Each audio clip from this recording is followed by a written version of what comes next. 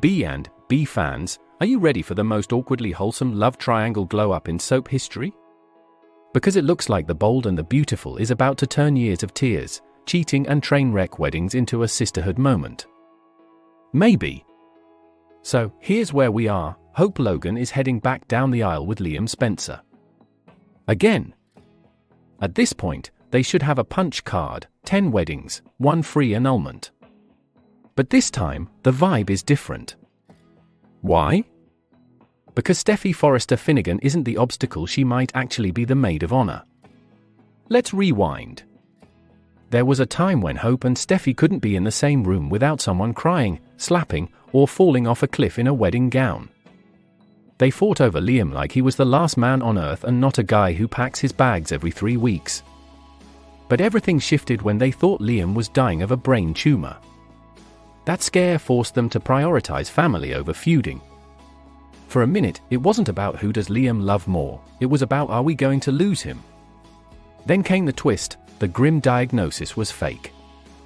Grace Buckingham pulled a despicable stunt, and honestly, she could eat lunch at the same table as past B and B villains with that one. But the fallout did something strange, it reminded Liam and Hope that they still wanted a future together. Steffy went off on her trip, reset her life a bit, and when she returned, she didn't come back with claws out. She came back calm, composed, and genuinely congratulated Hope on her engagement to Liam. That's not the Steffy-Hope dynamic we met years ago. That's growth, or it's the quiet before the next emotional storm. Hard to tell. Now Hope needs someone to stand up for her at the ceremony, and here's where the soap gods get cute. Will she ask Steffy to be her matron of honor? Because remember, Hope already did that for Steffy when she married Finn.